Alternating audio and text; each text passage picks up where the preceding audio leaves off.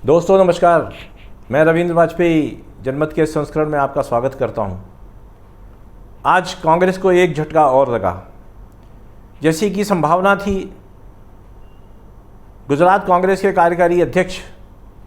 और पटेल आरक्षण आंदोलन से उभरे युवा नेता हार्दिक पटेल ने कांग्रेस छोड़ दी। अभी बीते दिनों जब उदयपुर में कांग्रेस का एक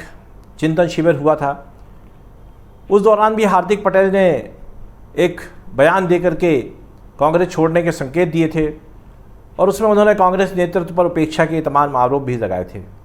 उन्हें उदयपुर के चिंतन शिविर में आमंत्रित भी किया गया, किंतु वे उसमें नहीं गए। आप सबको ध्यान होगा कि उसी दौरान पंजाब कांग्रेस के पूर्व अध्यक्ष सुनील जाखड़ ने भी कांग्रेस से इस्तीफा दे दिया था। अब सुना है कि वहाँ पूर्व मुख्यमंत्री भजन लाल के हरियाणा के जो थे, उनके बेटे भी अब कांग्रेस छोड़ने की तैयारी में है। किंतु हार्दिक पटेल का इस्तीफा इसलिए मायने रखता है क्योंकि इसी वर्ष के अंत में गुजरात में विधानसभा चुनाव होने जा रहे हैं और लंबे समय से कांग्रेस वहाँ सत्ता से बाहर है। पहले नरेंद्र मोदी के चलते और उसके बाद के चुनाव में भी वो पराजित हुई। यद्यपि पिछले चुनाव में उसने बहुत कड़ा संघर्ष किया,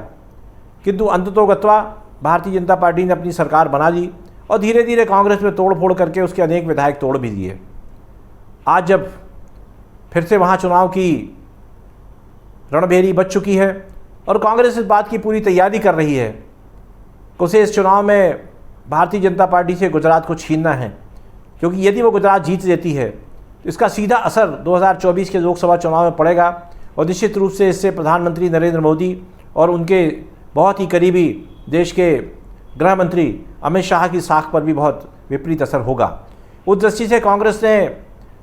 हार्दिक पटेल को अपने साथ शामिल किया था और उन्होंने कार्यकारी अध्यक्ष बना करके संगठन में एक महत्वपूर्ण पद दिया। किंतु जैसा कि स्वयं हार्दिक पटेल आरोप लगा रहे हैं, कांग्रेस नेतृत्व ने उनकी लगातार उपेक्षा की, उनकी बात नहीं सुनी। उन्होंने सीधे राहुल गांधी के ऊपर भी आरोप लगाए कि वो उनको मिलने का समय नहीं देते हैं। किंतु इस सबसे अलग मुझे लगता है कि हार्दिक पटेल ने उन संभावनाओं को टटोल दिया जिनके अनुसार कांग्रेस गुजरात के आगामी चुनाव में भी कुछ अधिक करने में सक्षम नहीं होगी। और इसका सबसे बड़ा कारण यह है कि वहाँ आम आदमी पार्टी ने बड़ी तेज़ी से मैदानी घुसपैठ की है और वह इस कोशिश में है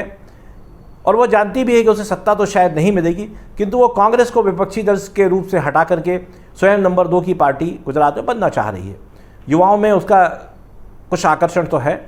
पर हार्दिक पटेल को ये लगा, यद्यपि अभी उन्होंने ये तय नहीं किया कि वो भारतीय जनता पार्टी में जाएंगे या आम आदमी पार्टी के साथ जुड़ेंगे, किंतु उनका कांग्रेस छोड़ना अपने आप में कांग्रेस का मनोबल तोड़ने के लिए पर्याप्त है। कांग्रेस के जो बहुत ही प्रमुख रणनीतिकार हुआ करते थे अहमद पटेल, जिन्हें कि श्रीमती सोनिया गांधी का राजनीतिक सलाहकार भी माना जाता था, उनके ना रहने से कांग्रेस की जो मैदानी ताकत है वो गुजरात में काफ़ी हद तक कम हो गई। हार्दिक पटेल को इसी उम्मीद से लाया गया था कि पटेल आरक्षण आंदोलन के नाम पर उन्होंने जिस तरह गुजरात की युवा शक्ति को संगठित किया था भारतीय जनता पार्टी के विरोध में, संभवतः वे उसे कांग्रेस के साथ जोड़ सकेंगे। किंतु कांग्रेस को भी ये लग गया कि हार्दिक पटेल को उसने जितना शक्तिशाली समझा था शायद वो उतना है नहीं, और इसी तरह हार्दिक पटेल को भी ये महसूस होने लगा कि कांग्रेस में जाने से इस कम आयु में ही उनकी राजनीतिक जो है हत्या हो जाएगी। और इस दृष्टि से उन्होंने सोचा कि बेहतर है कि वो समय रहते कांग्रेस को छोड़ दें। यदि वो विधानसभा चुनाव के बाद कांग्रेस की असफलता के बाद उसे छोड़ते तो उनकी दुर्गति जो है वो नवजोत सिंह सिद्धू जैसी ही होती, जो आज की परिस्थितियों में न घर के हैं न घाट के। पर सवाल इस बात का भी ये कांग्रेस के नेतृत्व की जो निर्णय क्षमता है या उसकी जो चयन प्रक्रिया है, उस पर भी ये सवालिया निशान उठने लगे हैं। बीते कुछ दिनों में हार के डर से या ये कहें कि हार की खींच में उसने लगातार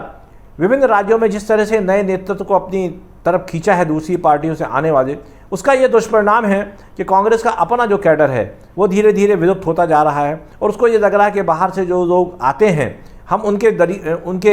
दम पर अपने राजनीतिक पांव फिर से जमा सकेंगे। किंतु यही कांग्रेस भूल कर रही है। और लेकिन सवाल ये भी है कि क्या हार्दिक पटेल को भारतीय जनता पार्टी अपने खेमे में स्वीकार करेगी। आज सोशल मीडिया पे इस बारे में अनेक विपरीत टिप्पणियां आई हैं और भारतीय जनता पार्टी के अनेक समर्थकों ने भी ये अपेक्षा की है कि हार्दिक पटेल कईयों ने तो उसको कचरा शब्द के रूप में कहा है कि हार्दिक पटेल को पार्टी ना दे, अन्यथा उसे पश्चिम बंगाल में जिस तरह तृणमूल और कांग्रेस से आए हुए लोगों के कारण से एक अशोचनीय स्थिति झेलनी पड़ी, वैसे ही कहीं उसे गुजरात में ना झेलनी पड़ जाए। क्योंकि अतीत में हार्दिक पटेल ने भी, उनके साथ आपको ध्यान होगा कि 2-3 युवा और आए थे, उनके नाम मैं लेना नहीं चाहूँगा क्योंकि वो उसमें से कुछ वामपंथ की तरफ भी रुझान रखते हैं और कुछ दलित राजनीति का अपने को पैरोकार समझते हैं। किंतु हार्दिक पटेल की जो एक वहाँ पे साख बनी थी वो इसलिए कि गुजरात की राजनीति में पटेल समुदाय जो है बहुत ताकतवर है, और जिस तरह का आंदोलन हार्दिक पटेल ने खड़ा किया था उससे लग रहा था कि वो बहुत बड़े जनाधार वाले नेता के रूप में उभरेंगे। किंतु ये बात भी बिल्कुल सही है कि यदि वो कांग्रेस में नहीं गए होते और अपनी स्वतंत्र हैसियत बना के रखते तो मुझे लगता है कि आज वो गुजरात की राजनीति में भारतीय जनता पार्टी से सौदेबाजी करने की स्थिति में होते। खैर, अब जब उन्होंने कांग्रेस छोड़ दी है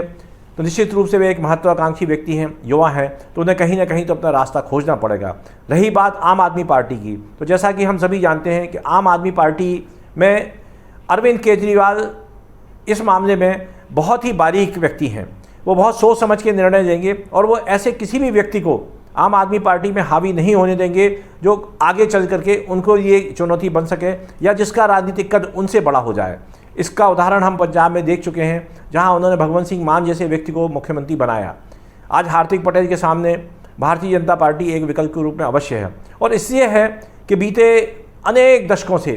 जो पटेल समुदाय है, जो केशुभाई पटेल के समय से ही भारतीय जनता पार्टी के साथ जुड़ा रहा, और पिछले चुनाव में जब हार्दिक पटेल ने खुल के बगावत कर दी थी, उसके बावजूद भी काफ़ी नुकसान होने के बाद भी अंततः पटेल समुदाय ने भारतीय जनता पार्टी को सत्ता में वापस आने में महत्वपूर्ण भूमिका निर्वहन किया।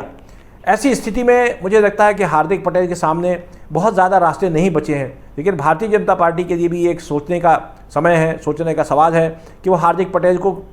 किस हद तक स्वीकार करेगी और उन्हें क्या हैसियत प्रदान करेगी। बहरहाल सवाल कांग्रेस का ज़्यादा होता है, क्योंकि कांग्रेस से जिस तरह से लोग छोड़ करके जा रहे हैं, और ये घटना हार्दिक पटेल का कांग्रेस छोड़ना तो उदयपुर के चिंतन शिविर के बाद हुआ। इससे मुझे लगता है कि कांग्रेस ने वहाँ क्या सोचा, क्या अर्जित किया कि उसका एक बड़ा नेता आज पार्टी छोड़ करके चला गया, और पंजाब हरियाणा से भी उसके लिए जो खबरें आ रही हैं वे अच्छी नहीं हैं। तो मुझे लगता है कि उदयपुर का जो चिंतन शिविर है उस तक हार्दिक पटेल का रुकना शायद इसलिए संभव रहा कि वो सोच रहे होंगे कांग्रेस अपने चाल चरित्र में और चेहरे में कुछ परिवर्तन करेगी। किंतु जब उन्हें लगा कि उदयपुर का जो चिंतन शिविर था, जिसको कि नव संकल्प शिविर भी नाम दिया गया, वह भी ढाक के 3 पात साबित हुआ। इसलिए अंततः उन्हें लगेगा कि जब कांग्रेस ने हम नहीं सुधरेंगे की कसम खा रखी है, तो फिर इससे अच्छा है कि वो पार्टी छोड़ करके अलग हो जाएं। हार्दिक पटेल का भविष्य क्या होगा ये आज उतना बड़ा प्रश्न नहीं है जितना ये है कि अब गुजरात में कांग्रेस का भविष्य क्या होगा। मुझे लगता है कि हार्दिक पटेल ने कांग्रेस को एक बहुत ज़बरदस्त झटका दिया है, और कांग्रेस को इस बात का अंदाज़ा तो काफ़ी दिन पहले हो गया था, किंतु कांग्रेस में जो निर्णय क्षमता की कमी है उसी का दुष्परिणाम ये है कि हार्दिक पटेल की बात सुनी भी नहीं गई और वो कांग्रेस छोड़ करके चले गए। और इस तरह से कांग्रेस का जो शीर्ष नेतृत्व है एक बार फिर वो जो है बौना साबित हो गया, वो जो है अनिर्णय की स्थिति का शिकार फिर से एक बार साबित हुआ। और धीरे धीरे अभी देखिए त्रिपुरा में भी जो भारतीय जनता पार्टी का मुख्यमंत्री बना है वो भी कहते हैं कि कांग्रेस से ही आया है। तो भारतीय जनता पार्टी ने कांग्रेस के कद्दावर नेताओं को, ज़मीन से जुड़े नेताओं को धीरे धीरे जाकर के अपने यहाँ पूरी तरह से स्थापित किया और उन्हें सम्मान दिया। लेकिन कांग्रेस में क्या बात है कि कांग्रेस अपने ही नेताओं को सम्मान देने में कंजूसी कर रही है, या फिर गांधी परिवार आज भी उस ज़मीनी हकीकत को स्वीकार करने की स्थिति में नहीं है या उसके लिए तैयार नहीं है, जो देश की जनता उसको बार बार संकेत दे रही है। आज के इस संस्करण में इतना ही। कल फिर किसी नए विषय पर आपसे चर्चा करूंगा। तब तक के लिए नमस्कार, धन्यवाद, शुभ रात्रि मित्रों।